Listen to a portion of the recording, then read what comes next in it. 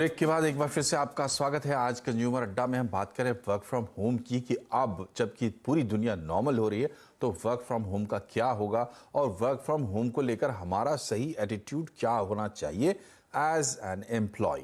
तो हरप्रीत जी, आपसे मेरा सवाल ये है कि क्या आप मानते हैं कि हर हाल में वर्क फ्रॉम होम या जैसे हम मून लाइटिंग की बात करें, इस तरीके की जो नई चीज़ें उभर कर आ रही हैं, एम्प्लॉय के लिए हर हाल में अच्छी है, ऐसा सोचना चाहिए एम्प्लॉय को, या इस पर थोड़ा एक संतुलित विवेक रखना जरूरी है? आपको क्या लगता है?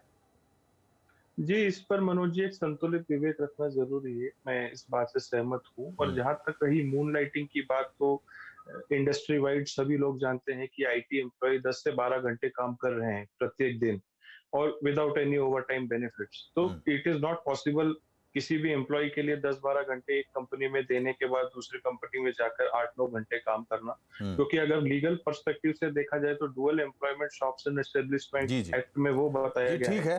जहां आज पर हम एक चूंकि वर्क एम्प्लॉय फ्रॉम 8 होम से की 9 बात कर घंटे रहे हैं, काम इसलिए कर रहा आपसे ये सवाल मैंने है। मून लाइटिंग उसमें मैंने जोड़ दिया। जी, जी, तो जी, उसमें खास आज तवज्जो हमारी जो है वो वर्क फ्रॉम होम पर ही है।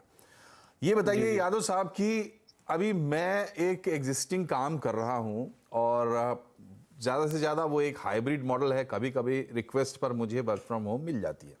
अभी मेरे सामने एक अपॉर्चुनिटी आती है जिसमें सामने वाली कंपनी कहती है कि आप रिमोट जॉब पर होंगे, इंडिया में कहीं भी बैठकर आप काम करें, हमारा काम पूरा करें। तो एक डर सा लगता है मेरे मन में, क्योंकि कंपनी से टच नहीं होगा। शायद मैं उनके साथ ऑनलाइन इंटरव्यूज करूंगा, एक आध दिन हो सकता है उनके ऑफिस तक जाऊं, तो मुझे डर लगता है। थोड़ा प्रैक्टिकल सजेशन मैं आपसे चाहता हूं, क्या करूं? देखिए ये जो कोई भी इंडस्ट्री या कोई भी जो काम होता है वो एक कोड ऑफ कंडक्ट, एक डिसिप्लिन और एक फ्रेम पर चलती है। तो हम जब किसी कंपनी में काम करते हैं तो आइदर हम परमानेंट एम्प्लॉय हैं या टेम्प एम्प्लॉय है। अगर हम परमानेंट एम्प्लॉय हैं जिसका पॉपुलेशन बहुत कम है, आई थिंक और just about 3.8 crore people are permanent employ in India, बहुत ज्यादा नहीं है। तो जब हम एक परमानेंट एम्प्लॉय है तो हमें एक सोशल सिक्योरिटी मिलती है। वो सोशल सिक्योरिटी है, पीएफ का है, ग्रेचुइटी का है, बोनस का है, आपको इन सब सब चीजों का, इंश्योरेंस का है। ये सब चीज सोशल सिक्योरिटी मिलती है और हम उस बेसिस पर हम काम करते हैं।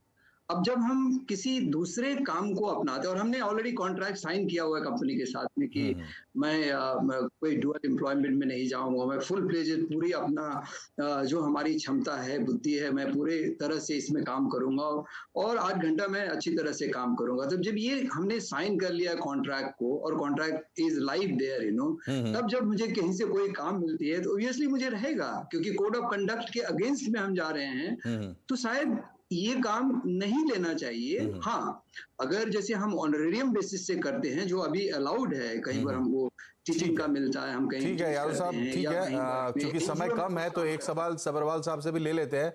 सबरवाल साहब, ये बताइए, ये बहुत सारी चेंजेस देखने को मिल रही है और बहुत फास्ट हो रही है।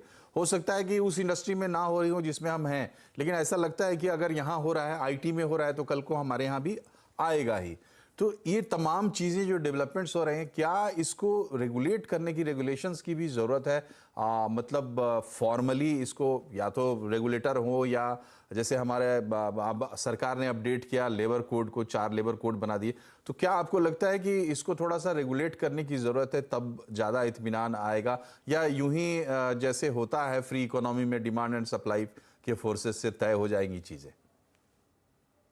हमारे पास तो रेगुलेटरी कोलेस्ट्रॉल बहुत है साहब। 67,000 कंप्लायंसेस हैं, 26,000 रास्ते हैं जेल जाने के लिए एम्प्लॉयर्स के लिए। तो आई थिंक अभी अभी इवॉल्व है, अभी जल्दी स्टेज है, अभी पहली इनिंग्स है इस खेल की, तो थोड़ा खेलने दीजिए ना। आई मीन ड्राइविंग लाइसेंसेस 30 साल बाद इशू हुए थे कार के इन्वेंशन के बाद। तो थोड़ा ये जो न्यू स्टाइल्स ऑफ वर्किंग है, जो नए नए चेंजेस आ रहे हैं, थोड़ा और हमको ढील देनी जी जी। चाहिए। अगर कोई अब्यूजेस आने लगे तो फिर देखना पड़ेगा। लेकिन जो कंज्यूमर प्रोटेक्शन का आर्ग्यूमेंट लेबर लॉज में एटलीस्ट ऑब्जेक्टिव था, वो तो मीट नहीं कर पाए ना पुराने लेबर लॉज। जी जी जी थोड़ा मेरी तो ये दरख्वास्त होगी कि थोड़ा ढील दी जाए अभी। जी।